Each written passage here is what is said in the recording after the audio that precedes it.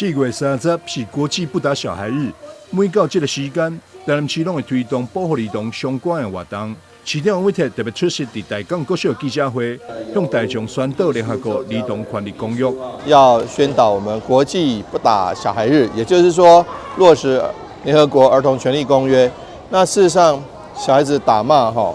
常常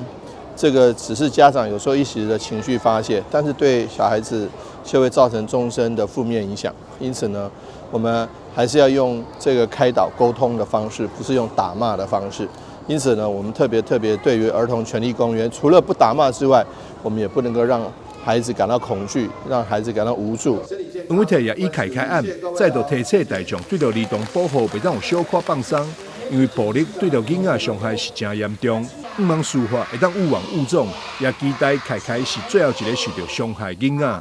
最近这2天坦白讲，让人家很心碎的一个，就是凯案的开庭。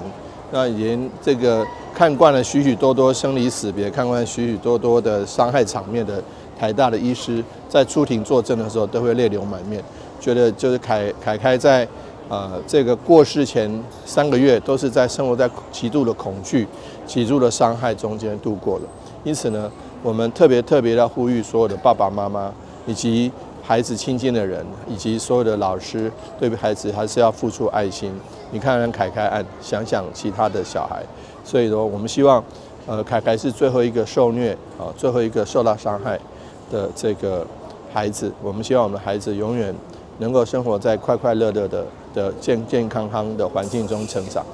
王伟特也甲现场师生共同宣誓儿童权利公约，活动最后也由台港国小学生再来合唱《听我说谢谢你》，温馨氛围感动全场。台南新闻张秀维采访报道。